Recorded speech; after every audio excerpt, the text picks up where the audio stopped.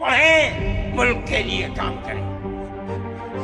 सभी सांसदों के लिए, हम सभी जनप्रतिनिधियों के लिए वंदे मातरम के ऋण स्वीकार करने का ये पावन पर्व है।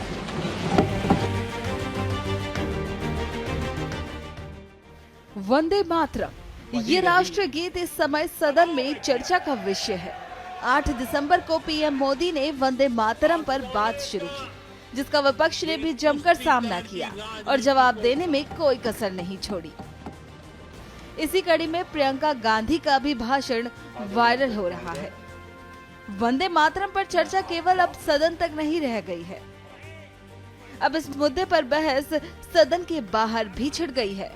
अरशद मदनी की बात करें तो इन्हें तो आप जानते ही होंगे, ये हैं जमीयत उलेमाए हिंद के अध्यक्ष।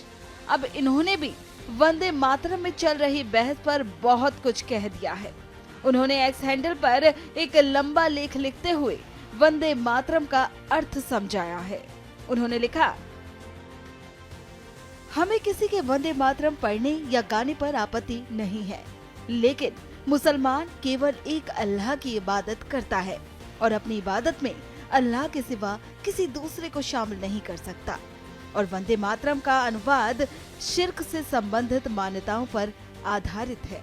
इसके 4 श्लोकों में देश को देवता मानकर दुर्गा माता से तुलना की गई है और पूजा के शब्दों का प्रयोग हुआ है। साथ ही माँ मैं तेरी पूजा करता हूँ, यही वंदे मातरम का अर्थ है। ये किसी भी मुसलमान की धार्मिक आस्था के खिलाफ है, इसलिए किसी को उसकी आस्था के खिलाफ कोई नारा या गीत गाने के लिए मजबूर नहीं किया जा सकता, क्योंकि भारत का संविधान हर नागरिक को धार्मिक स्वतंत्रता और अभिव्यक्ति की स्वतंत्रता देता है।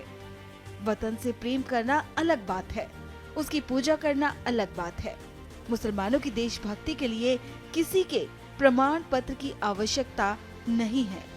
स्वतंत्रता संग्राम में उनकी कुर्बानियां इतिहास के सुनहरे पन्नों में दर्ज है।